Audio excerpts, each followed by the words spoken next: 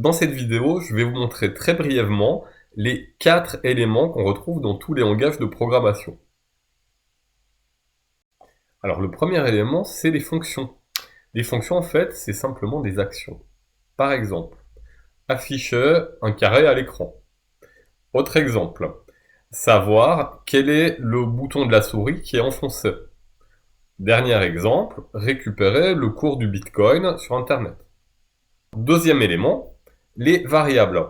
Les variables, c'est des boîtes dans lesquelles on met justement des données. Donc souvent on les utilise pour récupérer le résultat des fonctions, comme par exemple le cours du Bitcoin. Troisième élément, les boucles. Les boucles en fait c'est simplement des répétitions.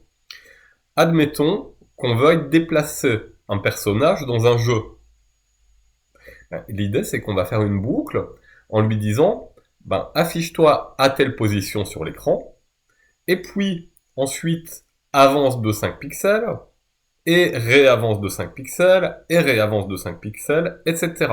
Et donc du coup, on va utiliser une boucle pour afficher le déplacement. Voilà. Donc ça c'est pour les boucles. Et dernier élément, quatrième élément, les tests. Les tests en fait c'est simplement des conditions.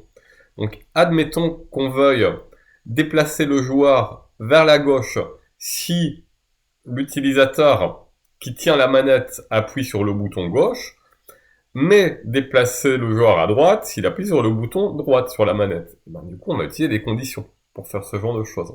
Voilà. Donc on a vu les 4 éléments qu'on retrouve dans tous les langages de programmation. Je vous invite maintenant à regarder les petites vidéos qui décrivent chacun de ces éléments. À très vite.